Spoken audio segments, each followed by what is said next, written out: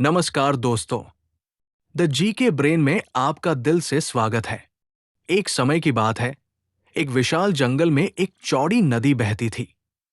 नदी के किनारे एक ऊंचा जामुन का पेड़ था, जिसकी शाखाओं पर काले बैंगनी रसीले जामुन लटकते थे। इस पेड़ पर एक समझदार बंदर रहता था, जिसका नाम था चिंटू। चिंटू न सिर्फ चतुर था, बल्कि उसकी आंखों में एक खास चमक थी, जो उसकी बुद्धिमानी को दर्शाती थी। वो हर दिन जामुन खाता, नदी के किनारे बैठकर मछलियों को देखता और अपने दिन का आनंद लेता था। लेकिन उस नदी में एक मगरमच्छ रहता था, जिसका नाम था भोलू। भोलू दिखने में भोला भाला था, लेकिन उसका मन लालच और चालबाजी से भरा था। एक दिन भोलू ने चिंटू को पेड़ की सबसे ऊंची डाल पर बैठे हुए देखा। चिंटू एक जामुन तोड़कर बड़े मजे से खा रहा था। भोलू की आंखों में लालच की चमक आ गई। उसने सोचा, अगर मैं इस बंदर से दोस्ती कर लूं, तो मुझे रोज जामुन मिलेंगे। उसने चिंटू को आवाज लगाई, ए बंदर भाई, तुम्हारा नाम क्या है? मैं तुम्हारा दोस्त बनना चाहता हूं। चिंटू ने नीचे देखा और हंसते हुए कहा, मेरा नाम चिंटू है।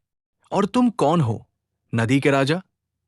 भोलू ने मुस्कुराते हुए जवाब दिया, मैं भोलू हूं, इस नदी का मगरमच्छ। चलो दोस्ती करते हैं। तुम मुझे जामुन दो और मैं तुम्हें नदी के उस पार की सैर कराऊंगा।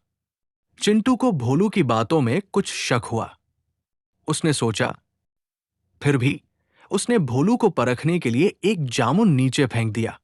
भोलू ने उसे खाया और जोर से तारीफ की, वाह, ऐसा स्वादिष्ट जामुन मैंने कभी नहीं खाया। तुम सच में मेरे दोस्त बनने लायक हो। इस तरह उनकी दोस्ती शुरू हुई। हर दिन चिंटू भोलू को जामुन देता और भोलू उसे अपनी पीठ पर बिठाकर नदी के उस पार ले जाता। वहां चिंटू को नए नए फल, रंग बिरंगे पक्षी और जंगल की खूबसूरती देखने को मिलती। लेकिन चिंटू हमेशा सतर्क रहता था, क्योंकि उसे पता था, दोस्ती के पीछे अक्सर कोई न कोई चाल होती है। कई दिन बीत गए। एक दिन भोलू की पत्नी, जिसका नाम गंगा था, ने उससे पूछा, ये जामुन तुम हर दिन कहां से लाते हो? भोलू ने सारी बात बताई कि कैसे वो चिंटू से जामुन लेता है। गंगा की आंखों में लालच की आग भड़क उठी। उसने कहा, अगर ये बंदर इतने मीठे जामुन खाता है, तो इसका दिल कितना स्वादिष्ट होगा। इसे मेरे लिए पकड़ लाओ। भोलू पहले तो हिचकिचाया।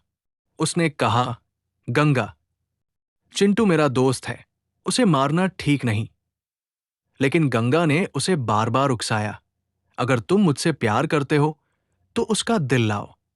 आखिरकार भोलू गंगा की बातों में आ गया। अगले दिन भोलू चिंटू के पास गया और बोला, दोस्त, आज मेरी पत्नी गंगा तुमसे मिलना चाहती है। वो तुम्हारे लिए खास मछली पकाएगी। मेरी पीठ पर बैठो, मैं तुम्हें अपने घर ले चलता हूं। चिंटू को भोलू की आवाज में कुछ अजीब सा लगा।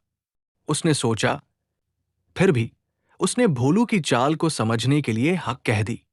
वो भोलू की पीठ पर बैठ गया। जैसे ही वे नदी के बीच में पहुंचे, भोलू ने हंसते हुए कहा, चिंटू, सच तो यह है कि मेरी पत्नी तुम्हारा दिल खाना चाहती है। अब तुम बच नहीं सकते। ये सुनकर चिंटू के होश उड़ गए। नदी का पानी ठंडा था और भोलू के दांत उसकी पीठ के पास चमक रहे थे। लेकिन चिंटू ने हिम्मत नहीं हारी।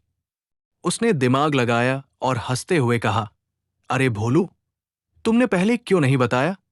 मेरा दिल तो पेड़ पर ही छूट गया है। मैं उसे जामुन के साथ रखता हूं, ताकि वो मीठा बना रहे। चलो वापस चलते हैं, मैं उसे ले आता हूं। भोलू को चिंटू की बात सच लगी। उसने सोचा। वो तुरंत किनारे की ओर मुड़ा। जैसे ही वे किनारे पर पहुंचे, चिंटू तेजी से पेड़ पर चढ़ गया और ऊपर से चिल्लाया, भोलू, तुम्हें क्या लगा मैं अपना दिल पेड़ पर छोड़ दूंगा? तुम्हारी चाल समझ में आ गई थी। अब कभी मेरे पास मत आना। चिंटू की चतुराई ने उसे संकट से बाहर निकाला। भोलू को अपनी मूर्खता पर गुस्सा आया और वो जोर जोर से दहाड़ा। लेकिन चिंटू पेड़ की ऊंची डाल पर सुरक्षित था। चिंटू ने ऊपर से कुछ जामुन फेंके और कहा, ये लो, आखिरी बार जामुन खा लो। कि लालच हमेशा हारता है। भोलू चुपचाप जामुन खाकर नदी में वापस चला गया। कई दिन बीत गए। भोलू को अपनी हार बर्दाश्त नहीं हुई। उसने सोचा, मैं चिंटू को फिर से फंसाऊंगा। एक दिन वो फिर से चिंटू के पास गया। इस बार उसने उदास चेहरा बनाया और कहा, चिंटू, मुझे अपनी गलती का एहसास हो गया है। मैं सच में तुम्हारा दोस्त बनना चाहता हूं। गंगा भी तुमसे माफी मांगना चाहती है। मेरे साथ चलो। इस बार कोई चाल नहीं। चिंटू ने भोलू की बात सुनी, लेकिन उसका भरोसा अब पूरी तरह टूट चुका था। उसने कहा, भोलू, कि धोखे की दोस्ती कभी सच नहीं होती। तुमने एक बार मुझे धोखा देने की कोशिश की, अब दूसरी बार मौका नहीं दूंगा। हर चालाकी के पीछे कोई न कोई गहरी योजना छिपी होती है। चिंटू की चतुराई और उसकी सतर्कता ने उसे बचाया, और भोलू की लालच ने उसकी हार सुनिश्चित की।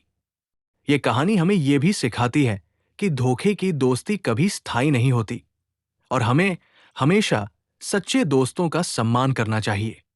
दोस्तों, आपको ये कहानी अच्छी लगे तो चैनल को सब्सक्राइब करें, और ऐसी ही कहानी सुनने के लिए बेल आइकॉन की बटन को दबाना बिल्कुल न भूलिए। धन्यवाद। मिलते हैं अगली वीडियो में।